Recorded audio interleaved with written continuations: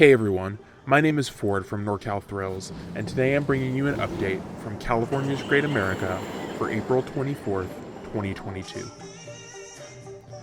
This is going to be a short update, since apart from some construction on Liberty Twirler and some ride reopening news, there wasn't a ton new going on at the park this month. But that's okay, and I think the next few updates will more than make up for it. So let's get started. Like I mentioned, Liberty Twirler construction is the biggest change at the park this month.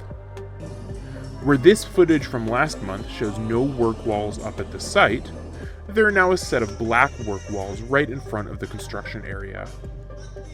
From the exit of Mass Effect, we can see the work ongoing at the site, with some construction equipment and some minor land work. The rock work seen in the frame seems to be left over from the former Firefall Top Spin ride.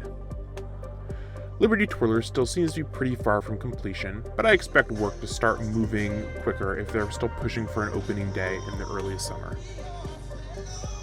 Checking in with some of the rides around Great America that were closed last update.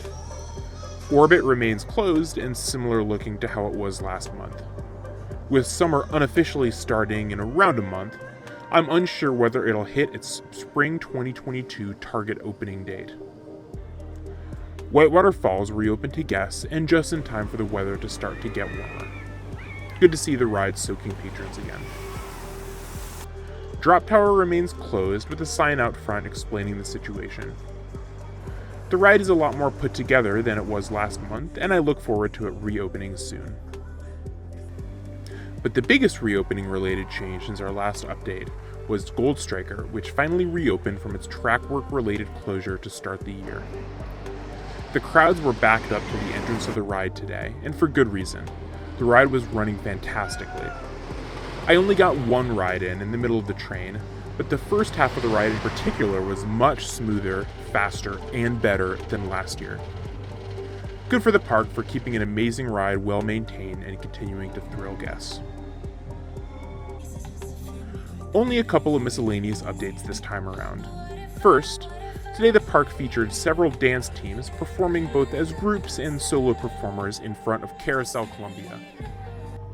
Second, there were multiple costume characters out in Planet Snoopy greeting guests. I haven't seen multiple characters greeting at the same time in a while, especially on a Sunday. And that'll wrap up our update for the park this month. Like I mentioned, it was a shorter one, but there was still some interesting progress from Liberty Twirler and some other ride-related news. Our next update for Great America will be at the end of next month to try out the Red, White, and Blues Festival. Thanks for watching.